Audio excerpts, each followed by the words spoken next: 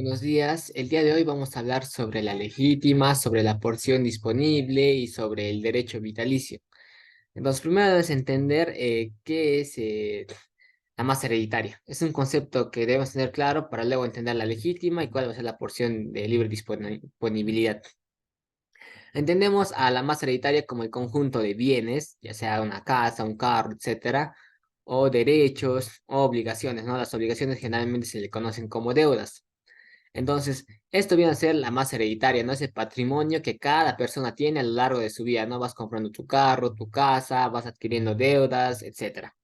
Entonces, de todo este patrimonio, hay una parte de la cual tú no puedes disponer libremente. ¿A qué se refiere que no puedes disponer libremente? Es decir, que tú estás obligado a entregar cierta parte de todo este patrimonio a tus herederos forzosos. Vamos a explicar más adelante quiénes son los herederos forzosos. Bien, entonces ya teniendo claro, podemos dar como concepto de la legítima es la parte de la masa hereditaria de la cual no podemos disponer. Y por ende, la porción de libre disposición va a ser la parte de la masa hereditaria de la cual sí puedes disponer libremente. Es decir, puedes hacer lo que tú quieras, puedes darle a quien tú quieras, a tu mejor amigo, a tu vecino, etcétera. Esa es la gran diferencia. Por eso es importante conocer legítima y conocer libre disposición. Y también debes conocer cuánto es la legítima y cuánto es la libre disposición. Bien, entonces, ahora sí explicamos quiénes son los herederos forzosos. Para eso vamos al artículo 816 del Código Civil, que nos habla, ¿no? Del orden de sucesorios. Y nos establece primero hijo, segundo padres, tercero cónyuge. No vamos a hablar del cuarto, quinto, sexto, porque solamente hasta el orden sucesorio tercero se considera herederos forzosos. Es decir, hijos, padres, cónyuge vienen a ser herederos forzosos. Ya tenemos claro, ¿no? ¿Quiénes son entonces, a quién le corresponde la legítima? Ya va a ser a los herederos forzosos. ¿Quiénes son herederos forzosos? Los hijos, los padres y los cónyuges. Bien, ya teniendo claro esta parte, vamos a ver cuándo va a ser un tercio, cuándo va a ser un medio, cuándo va a ser la totalidad. Seguro ya han escuchado, ¿no? Que generalmente se dice la libre disposición es un tercio. Ya, mira, aquí pueden ver este redondo. Lo que está pintado de rojo viene a ser la legítima y lo que está pintado de blanco es la libre disposición. Como pueden ver, se ha dividido en tres partes. ¿Cuándo se va a dar esta situación? Cuando exista hijos o cónyuge. Si un causante tiene hijo, entonces la libre disposición siempre va a ser un tercio nada más. A ver, si tú tienes solo esposa, igual, también solo va a ser un tercio lo que tú vas a poder disponer libremente. Es decir, solo un tercio le puedes entregar a tu mejor amigo, a tu compañero, etcétera. Solo un tercio. Entonces, pero ¿qué pasa si no hubiera hijos, ni tampoco hubiera cónyuge, y solo habría padres? Entonces aquí la figura cambia. Ya no solamente puedes disponer libremente de un tercio, sino de la mitad. Ya la mitad vas a poder disponer, y solamente la mitad se entregaría, ¿no? A tus padres. ¿Y qué pasa si no tienes hijos, no tienes padres y no tienes cónyuge? Es decir, no tienes herederos forzosos. Entonces tú vas a poder disponer libremente del 100%, o sea, todo estaría pintado de blanco. Por eso es muy importante conocer la diferencia entre legítima y libre disposición. La libre disposición generalmente es lo que se entrega en legados, que vamos a explicar ya más adelante. Entonces ya tenemos claro ya cuál es la diferencia entre legítima y libre disposición. De la legítima no puedes disponer libremente y la libre disposición pues puede hacer lo que tú quieras, en sencillas palabras. Bien, a esta porción de libre disponibilidad también le afectan ciertos gravámenes. Gravámenes vamos a entender que es una afectación, se le va a restar a esa libre disposición. Vas a trabajar con 100 soles, por ejemplo, ¿no? Eh, pues vas a suponer que una persona, ya Andy, tiene 100 soles, es su total de todo su patrimonio.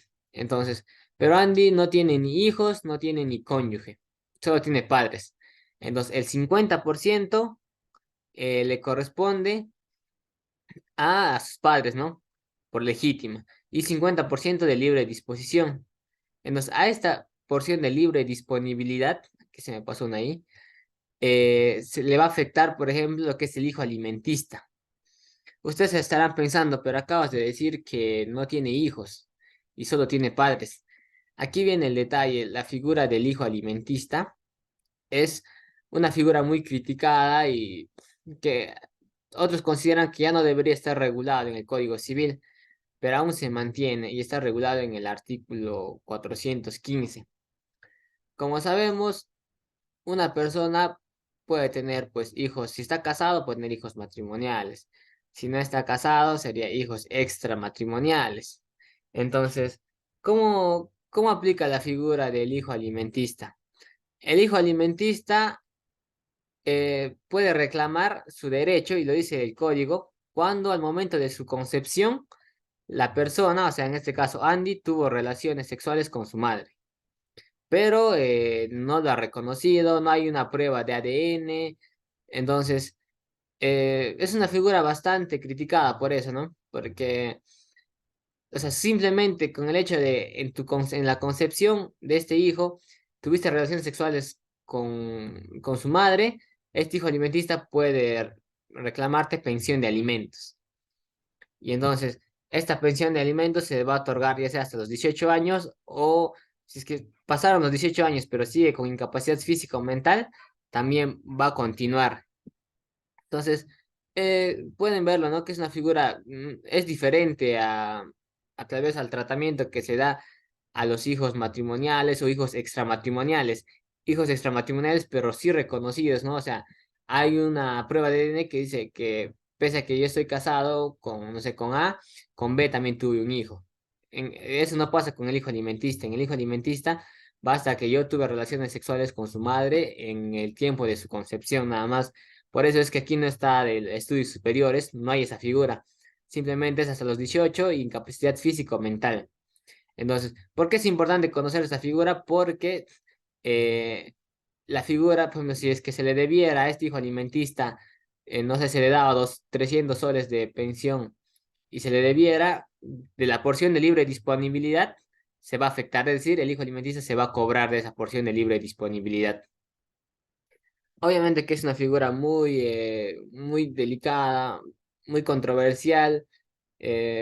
No, otros autores o varios juristas no se explican por qué está regulado, pero lo tenemos en el Código Civil. Yo entiendo que sigue regulada esta figura porque muchas veces hay pues personas que están casadas, pero tienen relaciones sexuales con otra mujer, se podría decir, y entonces y de ahí nace un hijo, pero vas a poner que esa chica, esa mujer tal vez no tuvo relaciones tanto con esa persona y también tuvo relaciones con otras personas. Entonces, el señor no sabe si es su hijo o no, pero sí tuvo relaciones sexuales, duda de que eso no, o no es mi hijo, pero como tal vez no quiere que su esposa se entere, entonces acepta pagar una pensión alimenticia, ¿no? Con esta figura, que la verdad es bastante criticable y bastante controversial, como digo, pero aún está regulado en nuestro Código Civil. Yo considero que ya no debería estar regulado. Pero también aquí aclarar, ¿no? Si es que, ¿por qué digo que es controversial? Porque si es que tú te sacas, puedes pedir prueba de ADN de ese hijo y sale negativo, pues te excluyes, ¿no? De pagar esta pensión. Bien, ahora, tercero vamos a hablar sobre la cónyuge, que siempre también a veces hay confusión, generalmente con la sociedad de gananciales y con la legítima. Como había dicho, la legítima le corresponde tanto a todos los herederos forzosos y la cónyuge también es una heredera forzosa. Entonces, la legítima siempre le va a corresponder a la cónyuge, siempre va a tener este derecho. Ahora, sociedad de gananciales es muy diferente a legítima.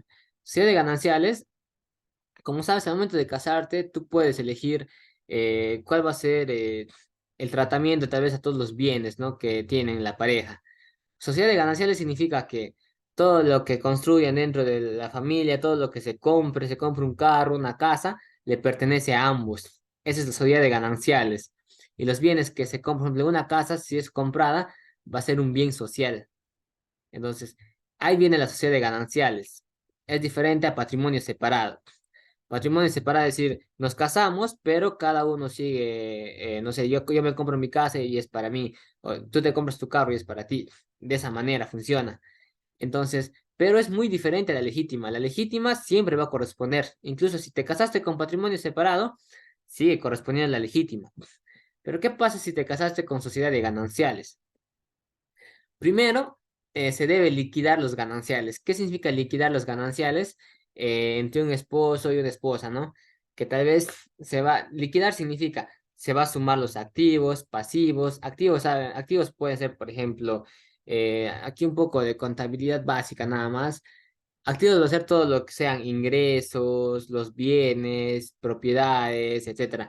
Pasivos van a ser todas las deudas. Entonces tiene que restar los activos menos los pasivos. Lo que quede se va a dividir, ¿no? Entre el esposo y la esposa. Entonces, ¿qué pasa en caso de sucesiones? ¿Qué pasa si fallece, ¿no? No sé, está casado María y Juan, fallece Juan. Entonces, a María le va a corresponder primero su parte de la sociedad de gananciales, que va a ser 50%. A eso se le va a sumar su legítima. O sea, tiene ingreso por sociedad de gananciales y ingreso por legítima. Eso le va a corresponder. Por ejemplo, vamos a poner que ellos estén casados y solamente tenga un hijo. ¿Ya? Vamos a poner Juan y María tienen un hijo nada más. Muere Juan. Entonces, María primero le corresponde 50% de todo. Eso es por sociedad de gananciales. Ahora, del 50% que queda, se va a dividir entre María y el hijo. Entonces sería 25-25%. En total, a María, ¿cuánto le corresponde? 75%. Es en caso se hayan casado por sociedad de gananciales. Bien, ahora, la cónyuge aparte, nuestro ordenamiento jurídico le reconoce otros derechos, como es el derecho a habitación y el derecho de usufructo. ¿Cómo funciona esto? El derecho de habitación es, por ejemplo, generalmente las parejas cuando se casan tienen un hogar, ¿no? Que se denomina el hogar conyugal, el hogar familiar.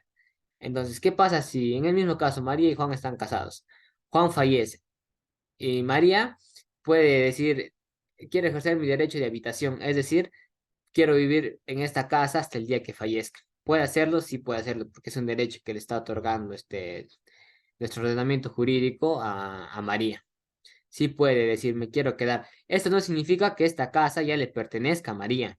Simplemente María está ejerciendo un derecho de habitación, es decir, que ella va a poder vivir en esta casa hasta el día que fallezca. Cuando fallezca, pues va a pasar, ¿no? Normal, se va a suceder. Es importante conocer esta figura. Por ejemplo, ¿qué pasa si hay tres casas? Juan tenía tres casas. Entonces aquí María puede quedarse con esta casa, normal, no puede vivir en esta casa, pero en las otras casas ya María ya no entraría a reclamar el derecho de las otras casas, porque aquí ya estaría agotando tanto su derecho de gananciales como su derecho de legítimo. También este derecho habilita, por ejemplo, a una preferencia de compra. Si la casa vale 100.000, no, 120.000 vamos a suponer que vale, ¿ya? Y Y pues María, posee de gananciales y por legítima le corresponde un 75%. Entonces, 25% le corresponde a quién? A su hijo, ¿no? Entonces, ¿qué pasa? María puede pagar este 25% y ya ahí se adquiriría la propiedad. También es un derecho que tiene. Y bueno, también tiene el derecho a usufructo, ¿no? Usufructo, ¿qué significa? Ella puede celebrar un contrato de arrendamiento donde con otra persona, con un tercero, y todo el pago de ese tercero, el pago de la renta le corresponde a María. Entonces, son figuras interesantes que hay bastante por hablar. Y también agregar, tanto cuando tú ejerces el derecho de habitación o el derecho de usufructo, esta casa se convierte en patrimonio familiar. La figura del patrimonio familiar es muy, muy interesante porque esta casa ya vendría a ser inembargable. Nadie puede embargar esta casa porque constituye un patrimonio familiar. Es un resguardo, se puede decir un resguardo jurídico que se le está otorgando a esta casa. Bueno, eso sería todo. Espero se pueda entender y si no se dejó entender, normal, pueden consultar y se puede explicar a mayor detalle.